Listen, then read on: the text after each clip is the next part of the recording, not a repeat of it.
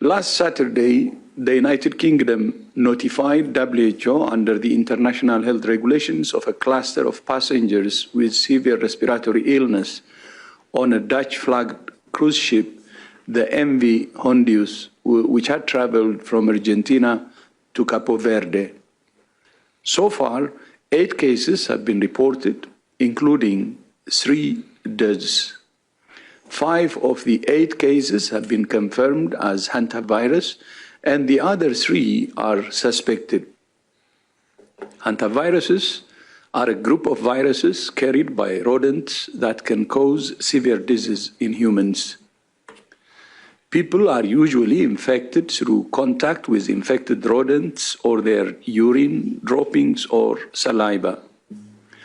The species of hantavirus involved in this case is the Andes virus, which is found in Latin America and is the only species known to be capable of limited transmission between humans.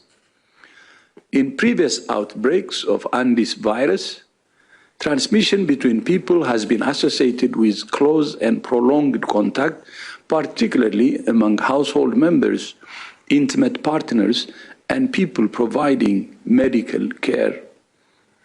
That appears to be the case in the current situation.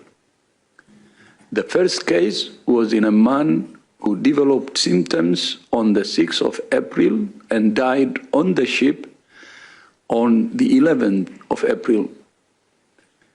No samples were taken, and because his symptoms were similar to those of other respiratory diseases, hantavirus was not suspected. The man's wife went ashore when the ship docked at the island of St. Helena and was also symptomatic. She deteriorated during a flight to Johannesburg on the 25th of April and died the next day. Samples were taken which were tested at South Africa's National Institute of Communicable Diseases and confirmed as hantavirus. The third death was of a woman on the ship who developed symptoms on the 28th of April and died on the 2nd of May. Another man presented to the ship's doctor on the 24th of April, and he was evacuated on the 25th of April from the island of Ascension to South Africa, where he remains in intensive care. Doctors from Cape Verde boarded the ship to provide care for the 3 other passengers with symptoms. WHO coordinated their evacuation to the Netherlands for treatment. I would like to thank Prime Minister Ulisses Correa e Silva of Cape Verde for his support in facilitating the evacuation of these 3 patients based on our request. 2 are in a stable condition in hospital, and 1 is asymptomatic and is now in Germany. The 8th case was in a man who disembarked in St. Helena. Following advice from the ship's operator, he reported himself with symptoms in Zurich, Switzerland, and was confirmed yesterday to be infected with hantavirus. The Geneva University hospitals then sequenced the virus and confirmed it as Andes. None of the remaining passengers or crew on the ship are currently symptomatic. WHO is aware of reports of other people with symptoms who may have had contact with one of the passengers.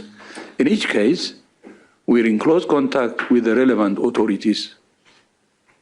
Given the incubation period of the Andes virus, which can be up to 6 weeks, it's possible that more cases may be reported.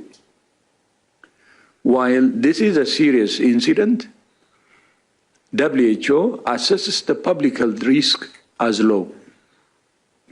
It also shows why the international health regulations exist and how they work. WHO is working with multiple governments and partners on the response under those regulations. Our priorities are to ensure the affected patients receive care that the remaining passengers on the ship are kept safe and treated with dignity, and to prevent any further spread of the virus. On Monday, I asked Prime Minister Pedro Sanchez of Spain to accept the ship, which he agreed to do, and I thank Prime Minister Sanchez for his generosity, solidarity, and meeting his moral duty.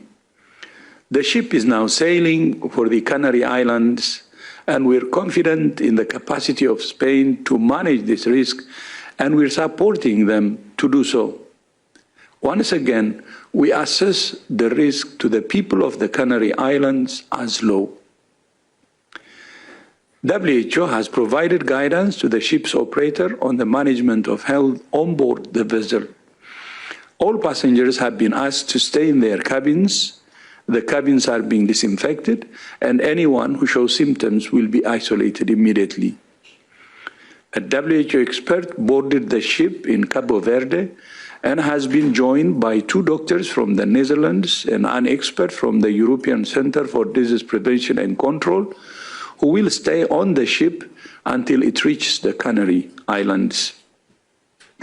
They're conducting a medical assessment of everyone on board and gathering information to assess their risk of infection. WHO is developing step-by-step operational guidance for the safe and respectful disembarkation and onward travel of passengers and crew when they arrive. WHO has also informed 12 countries whose nationals disembarked in St. Helena. Those 12 countries are Canada, Denmark, Germany, the Netherlands, New Zealand, St. Kitts and Nevis, Singapore, Sweden, Switzerland, Turkey, the United Kingdom, and the United States of America. In addition, WHO is supporting health authorities in South Africa to follow up people who were on the flight from St. Helena to Johannesburg with the woman who later died. Meanwhile, investigations into the cause of the outbreak are continuing. Prior to boarding the ship, the first 2 cases had traveled through Argentina, Chile, and Uruguay on a bird-watching trip, which included visits to sites where the species of rat that's known to carry Andes virus was present. WHO is working with health authorities in Argentina to understand the movements of the couple, and I thank the government of Argentina for its cooperation, given its experience and expertise with Andes virus. We have also arranged for shipments of 2,500 diagnostic kits from Argentina to laboratories in 5 countries. I would also like to thank the governments of Cabo Verde, the Netherlands, South Africa, Spain, and the United Kingdom for their close partnership and support. I also thank the many partners who have provided expertise, including the NICD in South Africa, the Institut Pasteur Dakar in Senegal, and the HUG here in Switzerland. And I would also like to thank the ship's operator for its cooperation and the passengers and crew who are going through a very difficult and frightening situation. I have been in touch with the ship's captain regularly, including this morning. He told me morale has improved significantly since the ship started moving again. I thank him for everything he has done to protect those under his duty of care. WHO will continue to work with all relevant governments and partners to provide care for those who are affected, protect the safety and dignity of passengers, and prevent onward spread of the virus. Christian, back to you.